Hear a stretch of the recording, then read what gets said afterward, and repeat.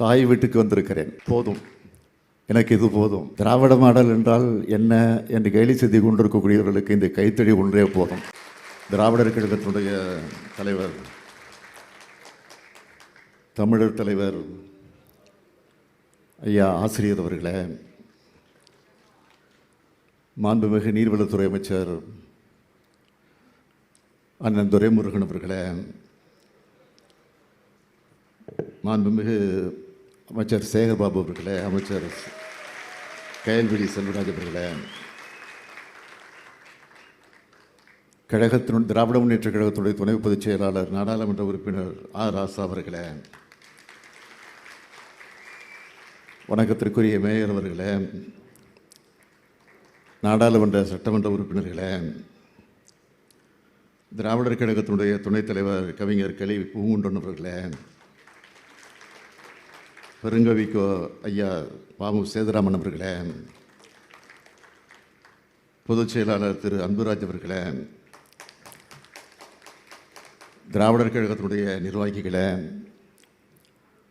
உள்ளாட்சி அமைப்பினுடைய பிரதிநிதிகளை, பத்திரிகை மற்றும் ஊடகத்துறை சார்ந்திருக்கக்கூடிய நண்பர்களே, உங்கள் அனைவருக்கும் என்னுடைய அன்பான வணக்கத்தை நான் தெரிவித்துக் கொள்ள விரும்புகிறேன். என்ன பேசுவது என்று புரியாமல் நான் விழித்துக் கொண்டிருக்கிறேன். காரணம், நம்முடைய ஐயா ஆசிரியர் அவர்கள் எனக்கு அளித்திருக்கக்கூடிய அந்த பரிசை வாங்குகிற போது என்னையே நான் மறந்திருக்கிறேன்.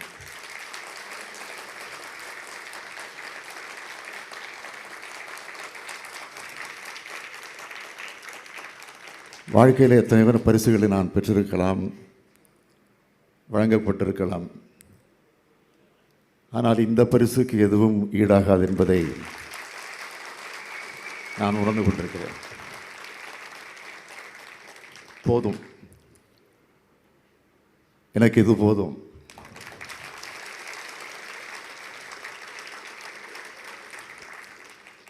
திராவிட மாடல் என்றால் என்ன என்று கேலி செய்து கொண்டிருக்கக்கூடியவர்களுக்கு இந்த கைத்தடி ஒன்றே போதும்.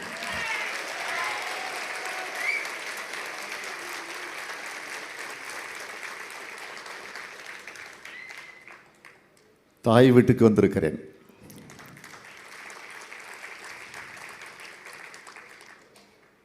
தாய் வீட்டுக்கு வருகிற போதெல்லாம் நான் எழுச்சியை தொடர்ந்து பெறுவது உண்டு. ஆக அதை பெற்று இன்றைக்கு உங்கள் முன்னால் நான் நின்று கொண்டிருக்கிறேன். ஆண்டாண்டு காலமாக ஒடுக்கப்பட்ட தமிழினம் ஒற்றுமை பெறவும், சுயமரியாதை உணர்வு பெற்று மேலெழுந்து நிற்கவும் தன்னுடைய வாழ்நாள் முழுவதும் பாடுபட்டு பல்வேறு தியாகங்களை புரிந்து நம்முடைய இனத்திற்காக அயராது உழைத்திருக்கக்கூடிய நம்முடைய ஈரோட்டு சிங்கம் பகுத்தறிவு புகழ்வன் தந்தை பெரியார் அவருடைய மறைந்த இந்த நாளில் அவருடைய கருத்துக்களை, அவருடைய எண்ணங்களை, அவருடைய போராட்டங்களை, அவருடைய தியாகங்களை, அவருடைய வாழ்க்கை வரலாற்றை நம்முடைய இளைய தலைமுறையினருக்கு எடுத்துச் செல்லக்கூடிய வகையில் டிஜிட்டல் நூலகமாக, ஆய்வு மையமாக இன்றைக்கு திறந்து வைக்கப்பட்டிருக்கிறது. தந்தை பெரியார் அவர்கள் தன் பயணத்தை முடித்து கொண்டார். நாம் தொடர்வோம் என்று கலைஞர் அவர்கள் சொன்னாரே, தந்தை பெரியாரின் தொண்டர்களான நாம் அந்த பயணத்தை தொடங்கி இந்த முன்னெடுப்பை செஞ்சிருக்கிறோம்.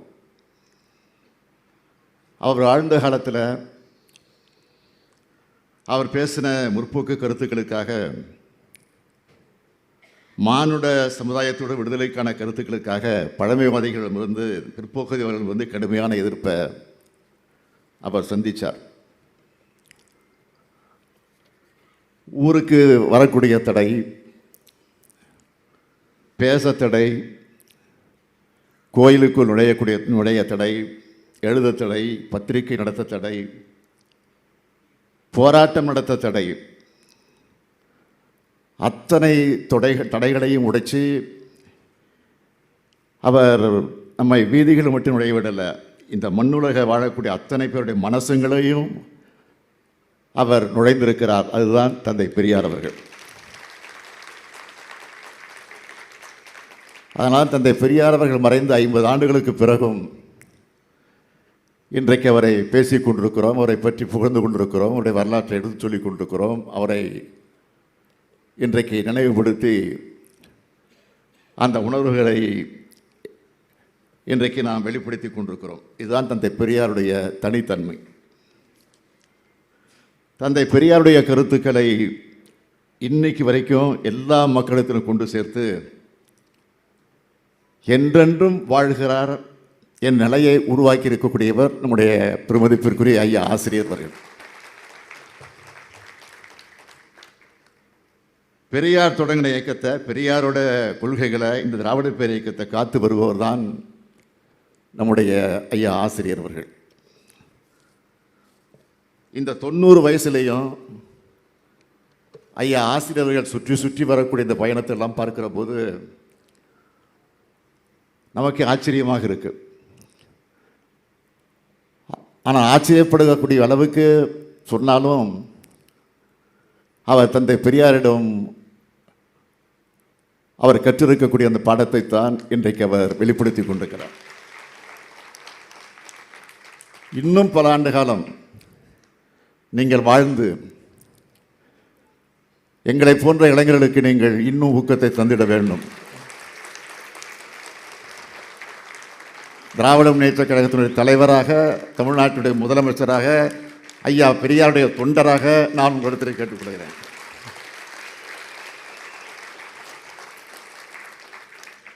பெரியாரின் தொண்டராக நான் வாழ்த்துகிறேன், வாழ்த்துகிறேன், வாழ்த்துகிறேன். பெரியாரின் மண்ட சிறப்பை உலகம் தொழுன்னு புரட்சி கவிஞர் பாவேந்தர் பாரதிதாசன் பாடினார்.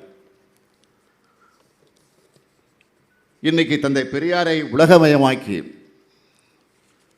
உலகத்துடைய பொது சொத்தாக கொண்டு சேர்த்திருக்கிறோம்.